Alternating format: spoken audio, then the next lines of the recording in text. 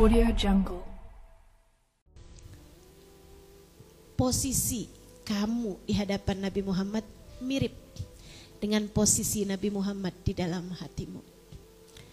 Saya nggak pernah Ustazah ngerasain kayak gitu. Kangen sama Nabi nggak pernah? Enggak. Sampai nangis gitu nggak pernah saya.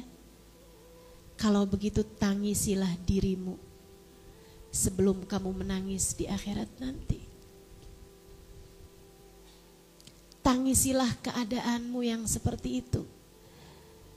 Jangan sampai kamu menangis di akhirat nanti, sebab cerita Allah dalam Al-Quran, yang nangisnya paling parah di akhirat, yang nyeselnya paling hebat di akhirat, bukan orang yang gak punya ilmu, bahkan bukan orang yang kurang sedekahnya, kurang ibadahnya.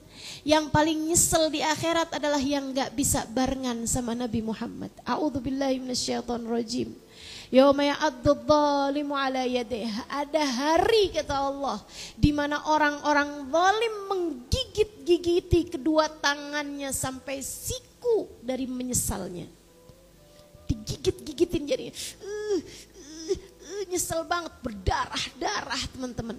Habis sampai satu siku, kata guru saya Sayyidil Habib Umar bin Hafid, dibalikin lagi di mahsyar. Keadaannya seperti itu. Nyesel yang sampai kayak gitu habis-habisan tuh kenapa? Yaqulu ya laitani takhattu ma'ar rasuli sabila. Ya Allah, andai waktu di dunia saya membuat hubungan dengan Nabi Muhammad. Andai waktu di dunia saya memiliki jalinan rasa dengan Nabi Muhammad.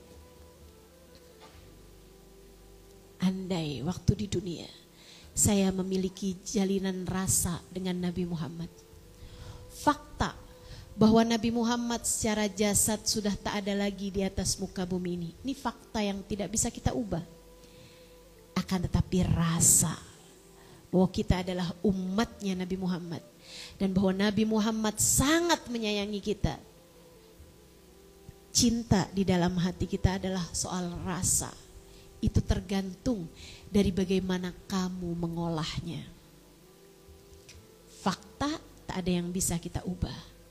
Tapi rasa, kamu selalu punya kesempatan untuk mengolah rasa yang ada di dalam hatimu itu.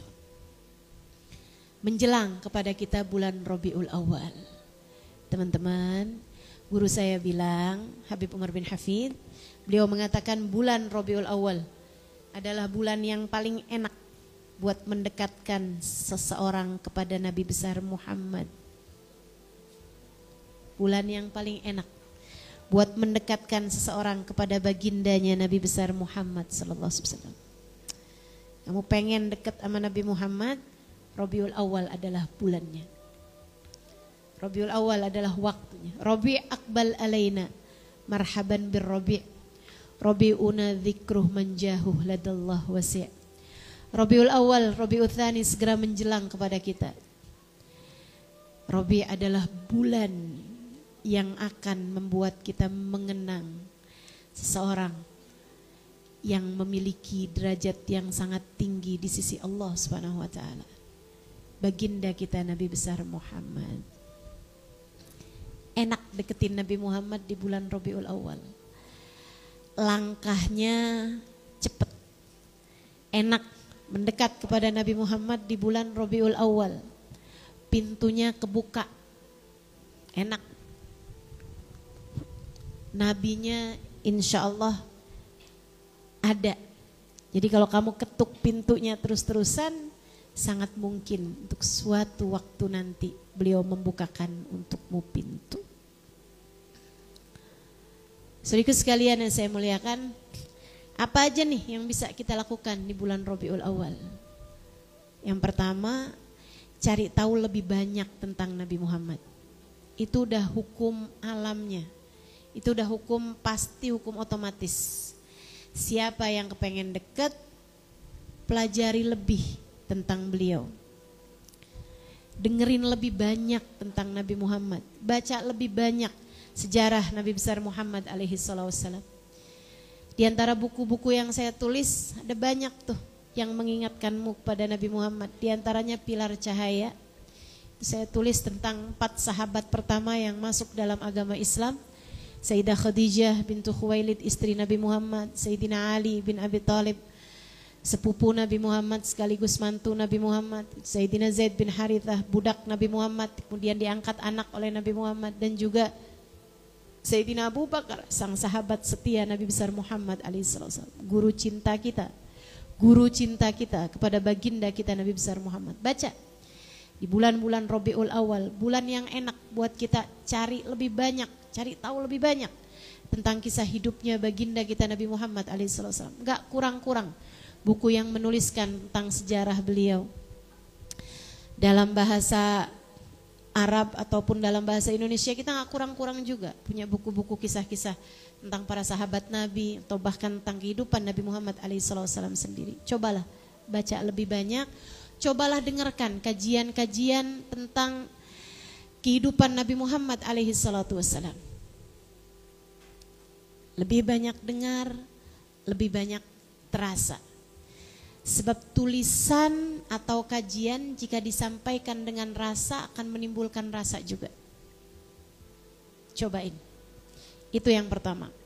Yang kedua, kamu ingin lebih dekat dengan Nabi Muhammad alaihissalam, cobalah di bulan Rabiul Awal ini kamu membaca sholawat lebih daripada yang biasa kamu baca di hari-hari sebelumnya.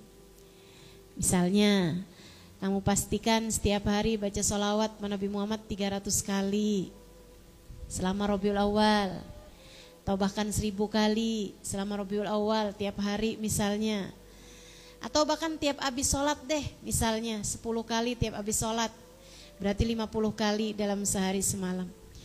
Kamu lebihkan sholawat-sholawatmu kepada baginda Nabi besar Muhammad alaihissalam selama di bulan Rabiul Awal, Rabiul Tsani, dan lihatlah, mudah-mudahan ada tangga demi tangga yang kamu naiki dalam kedekatanmu dengan baginda Nabi Muhammad alaihissalam.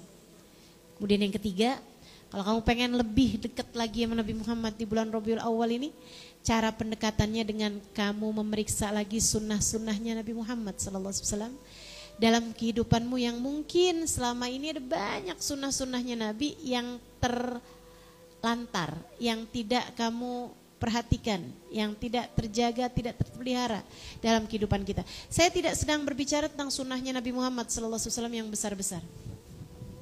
Itu sih saya putus asa untuk bisa mengerjakannya. Siapa di antara kita yang bangun malam sampai bengkak telapak kakinya? Kamu gak usah ngomong, gak usah ngaku, saya udah tahu.